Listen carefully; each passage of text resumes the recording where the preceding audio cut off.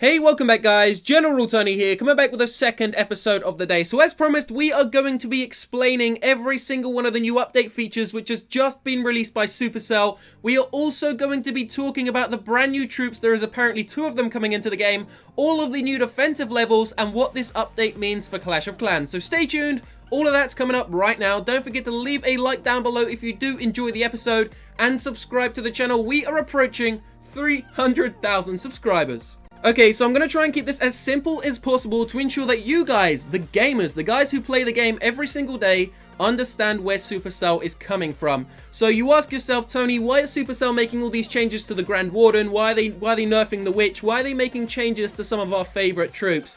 Well, it's very simple. Jonas and the Supercell team have said themselves, over the last 5 or 6 months, I would say, that the game is quite unbalanced. It's too easy to 2-star or even 3-star at Town Hall 11, Town Hall 10 and Town Hall 9. And what they've been trying to do over the last few updates, this update and I'm sure at least the next 1 to 2 updates, they're trying to balance out the game so that both attacking and defending are pretty evenly matched. So obviously to perfect a game like this, which is currently I would say the greatest game on the planet right about now, to perfect this game is going to take quite a few updates. I mean, they are putting in the work, they are putting in the time, putting in the effort, they're trying to get our feedback as well, and they are making small changes every couple of months to ensure that the game goes to the next level. This update, we can expect the best war matchmaking updates we have ever received and a few different features. We are going to be receiving great changes to the troops, which is going to mean that we may lose less attacks. We may lose more attacks, sorry, but we will also be winning more defenses. So as I said, it balances out.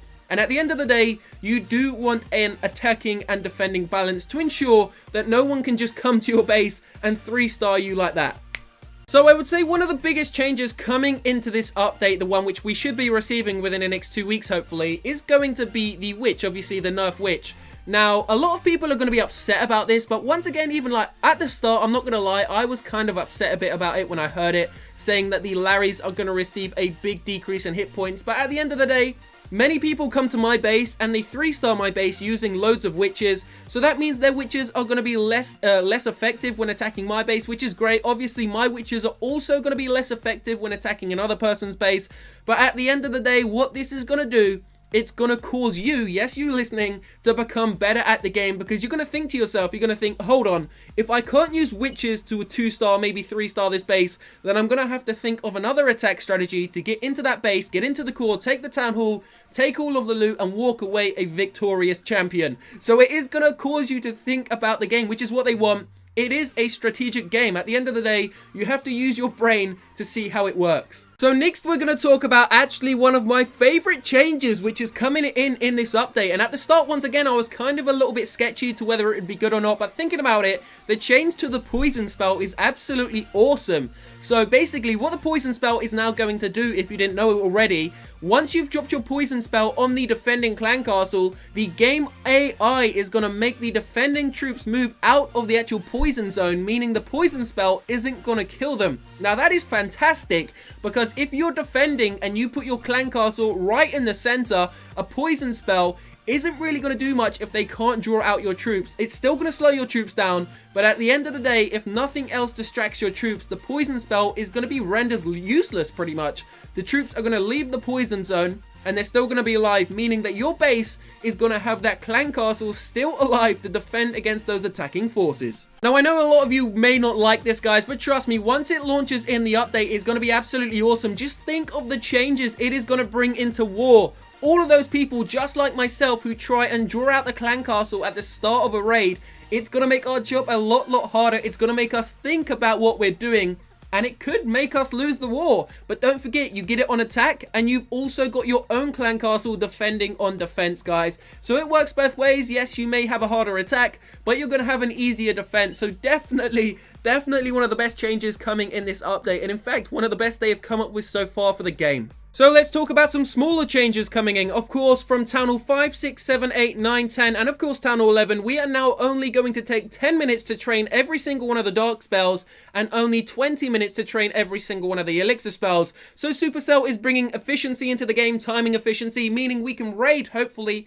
more times, more consistently, which is always great for every single player. So no one can really complain about that. Also on the agenda, about 5 or 6 months ago, Supercell made a huge change to the game, which affected everything: trophy pushing, farming, and war. They changed the actual attack time in an attack from 3 minutes to 3 minutes and 30 seconds. Well, now they've changed their mind. They are going to be changing it back to 3 minutes. Once again, loads of you may be upset about this, but remember, although it takes your time off your attack, it also is going to benefit you on defense. They are now going to have 30 seconds less on defense. So really it balances out, it kind of counters itself out and doesn't really affect the game too much. Although if you are a slow attacker inside a war, you are going to kind of have to hurry up your attack a little bit, guys. Don't take too long to draw out the clan castle. Don't take too long to kill it. And don't take too long. Don't be too hesitant. Make sure you go in straight with your attack and know what you're doing. Also, if you haven't heard already, we are going to talk about the changes to the Wizard Tower. So Supercell are now changing the hit points. They are massively increasing the hit points for Wizard Towers, which is great because Wizard Towers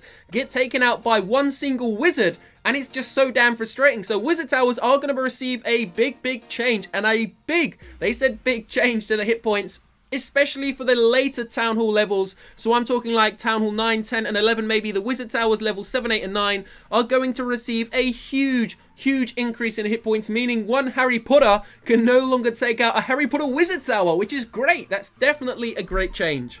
Oh, by the way, I forgot to mention at the start of the video, I can't really remember if I mentioned this or not, but Supercell said on Twitter they will hopefully be starting the sneak peeks within the next 1 to 2 weeks. Now, the actual update information we received today has nothing to do with any new troops, any new spells, any new features coming into the game. This update information we received today only affects everything inside of the game so far. So don't forget, we have already received huge changes to war. We've received the information already. It hasn't been changed yet, but it will be coming this update. We've now also received all these smaller bits of information like I've just explained to you in this episode. So what we can expect in the update coming within the next few weeks is as following. So there have been many leaks over the last 2 or 3 weeks, guys, about the new troops and all of that crap. But to be honest with you, I'm not really too bothered about that. I'm just hoping, and I do really think Supercell is going to introduce at least one new dark troop into the game. I mean, it's definitely going to happen. I'm pretty sure about that.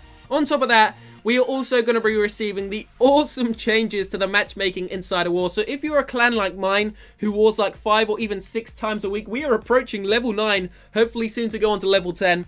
Then you will be very happy about the changes coming, guys. It's basically going to mean that matchmaking is pretty much, I would say, perfected inside a war. The changes are amazing, and if you don't know what they are, please feel free to go onto the Clash of Clans forums. They've done a post on there explaining every single one of the changes and the updates coming inside a war, and trust me, they are going to benefit the game so much. And so there it is. That is pretty much the majority, I think all of it actually, of the current update information we have received in a nutshell. So I've tried to explain it to you as best as I can. As I said, I'm not biased, guys.